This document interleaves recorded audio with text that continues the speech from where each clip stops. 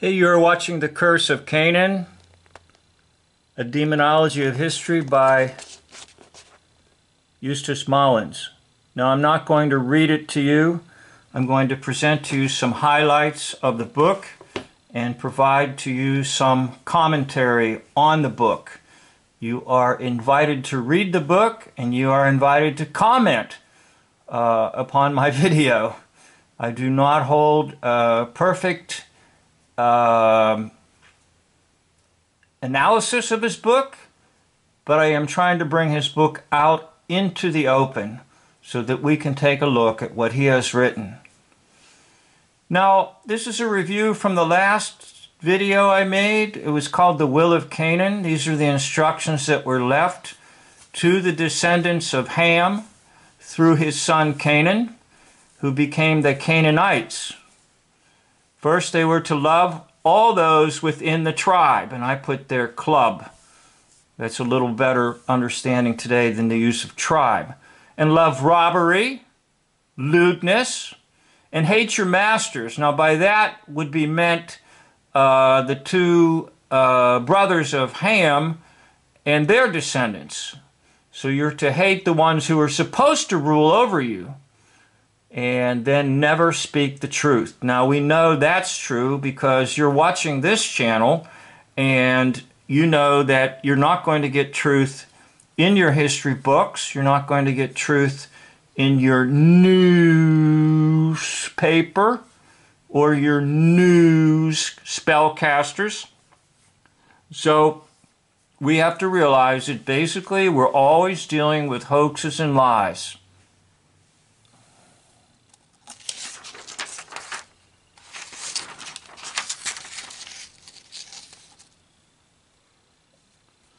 Okay, the Will of Canaan will become the blueprint or the instruction guide or instruction manual for the descendants of Canaan.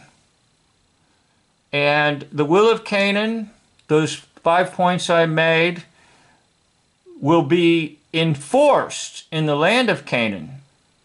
And then those instructions will go out all over the world as commerce spreads, as populations spread, and so forth. So what happened? Well, there was a big, we'll use the word, mistake made. And what was the mistake? Well, basically, the mistake was to not kill off the heirs and descendants of Ham and Canaan. And the Israelites were given specific instructions over and over and over again to annihilate these descendants. Now I'm going to pause right here and interject some commentary. I know one of the hardest, most difficult things for some folks is when they read the Old Testament. They will clearly read in Scripture that God has instructed the Israelites to annihilate the people of the land. Now, many people cannot handle this. And they then turn to the idea that the God of the Old Testament was evil and cruel. And then the God of the New Testament is nice and good. And they make a false dichotomy, and then they turn the true faith into a mystery religion.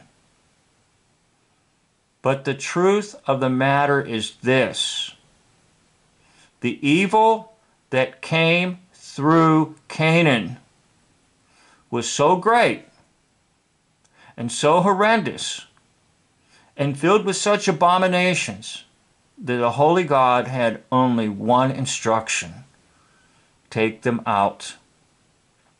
Now, because they did not follow this instruction, the will of Canaan is everywhere. Now, that would be what folks call the New World Order. It's along the same lines. They're just different terminologies that are used for the same thing. Practitioners of the New World Order practice essentially the same things that were listed in those 5 things of the will of Canaan. So as history progressed and as the population grew and as people expanded beyond the regions of Canaan, the evil spread. And how far did it spread? Throughout the whole world. Now we know this is possible because God destroyed the whole world with the flood of Noahic times. In other words, God saw no hope for anyone except Noah and his descendants, a righteous line. So we do know that it is possible for evil to spread to the entire world. And that's what we're looking at today. Okay, now we're still in chapter 1, and I put the chapters up ahead there. The numbers in the right corner are just my numbers about my notes, so I don't get mixed up as I'm trying to bring them to you.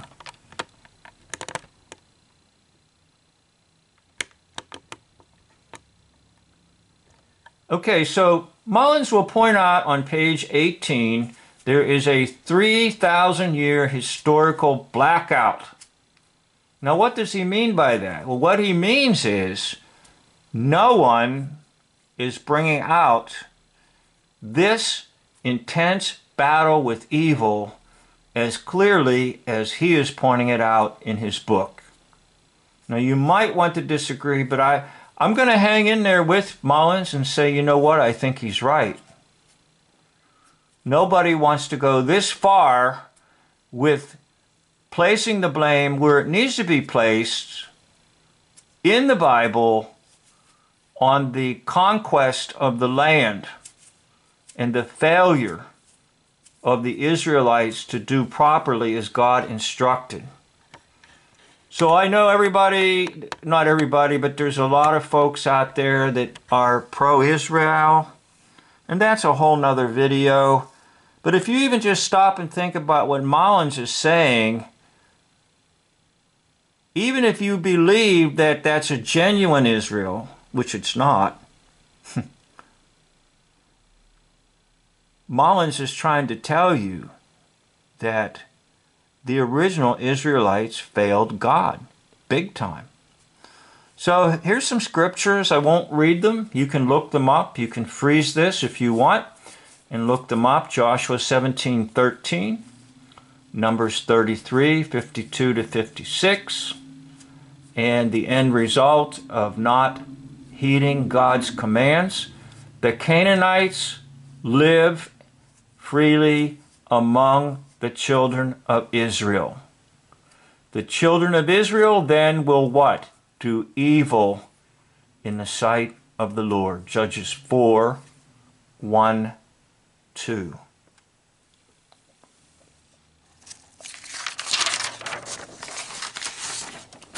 Now Mullins points out that there was a time when their abominations were just practiced openly.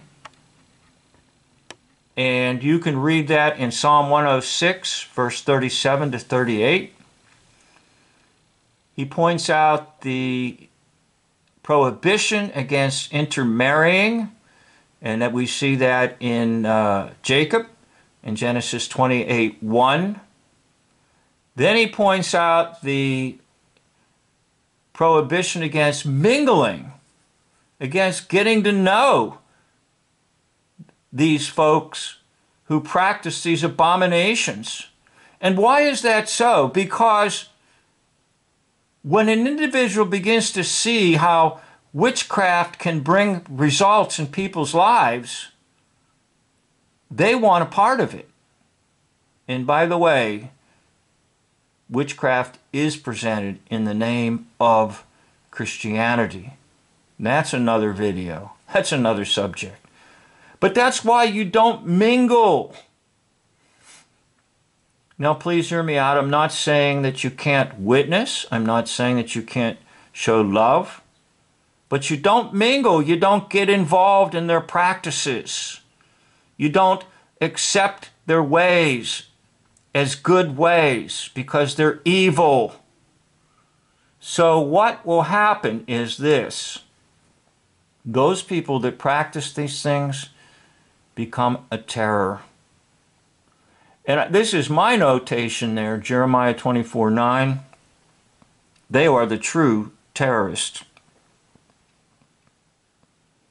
No, nobody's waiting to strap a bomb around their waist and come into your church or your school and blow themselves up to kill others. No, that's not the terror that we're talking about. We're talking about the terror of lies coming at you full force, and you wanting to believe them. Now, I say that because I know that. I believed almost all the lies at one time. Now I believe none of them. But you see, they are the terrorists. And their terrorism is not bullets and bombs. It's lies, hoaxes. And it's getting you to do things that will harm yourself or harm others. All right, so let's go on to the next page. Again, we're still in chapter 1 of Mullins' book. And at this rate, I'll probably have about 40 videos. But that's okay. It's good stuff, and it's provocative. So I hope that this brings about some serious thought in your life. Now, again, he points out in the Bible there are to be no covenants with the Canaanites. Now, Mullins doesn't say this, but I'm going to say this.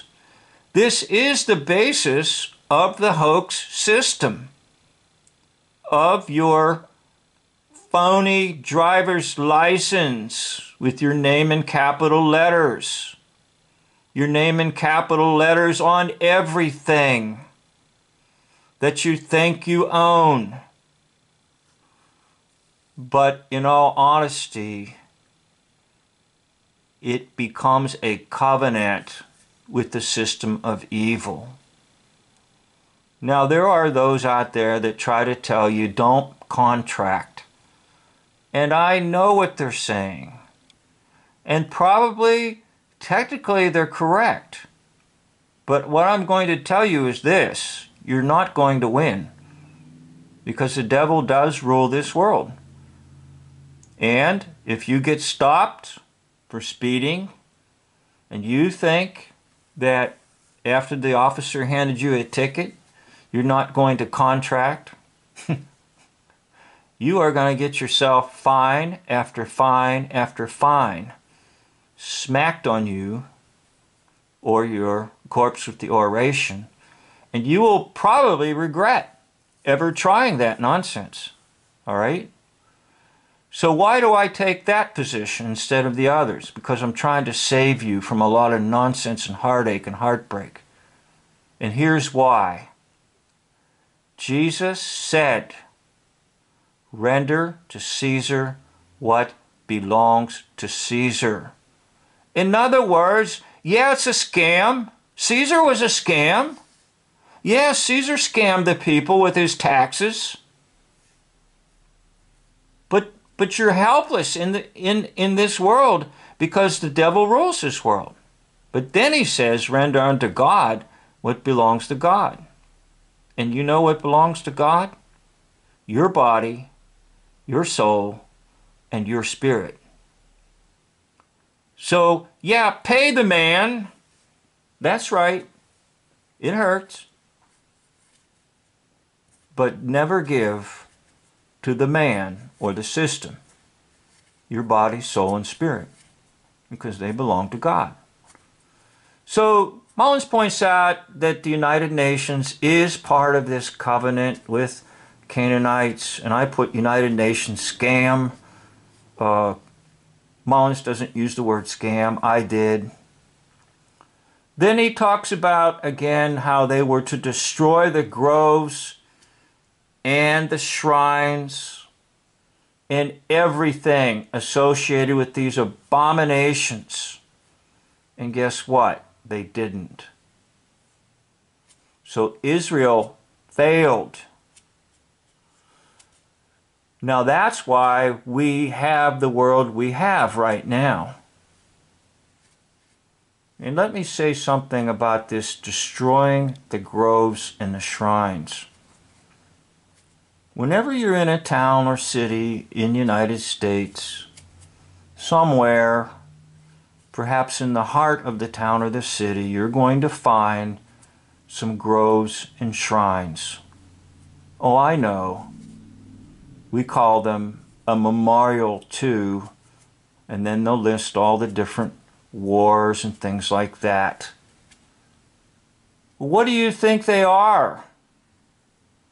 They're groves and shrines to a hoax system. Yes, war is a hoax. And I've got a whole bunch of information on that. War Backwards is Raw channel. But there have been times when I'm in a small town or city, I will stop at one of these things that were built by the Masons, and I will look at it, and I will see evil. In fact, I will actually sometimes pray over them, rebuking the powers of evil that exist in these groves and shrines. Now you can do what you want, but be aware, everywhere in the United States are groves and shrines that have been put there by the Masons, and they do emanate evil and demonic forces, so that once you come near them, you will believe the lies. All right, so that's my commentary, and he reminds us that the modern age that we now live in is a result of the failure of God's people to do what they were supposed to do. And in all honesty, throughout the whole Old Testament, it is this same struggle. And in all honesty, by the end of the Old Testament, it was never achieved. God's people again and again and again fell into sin, open rebellion, worship of false god, abominations. Now, the old covenant failed. So therefore, all the answers come in the new covenant. Now, Mullins isn't going quite in the direction I just took you, and I kind of use Mullins as a takeoff for some of my commentary, but I do want to try to stick to the basis of Mullins' book, and I'm still working through chapter 1. Thank you for watching this, and I encourage you to read the book, and if you are reading it, please leave some commentary too. Thank you. End of video.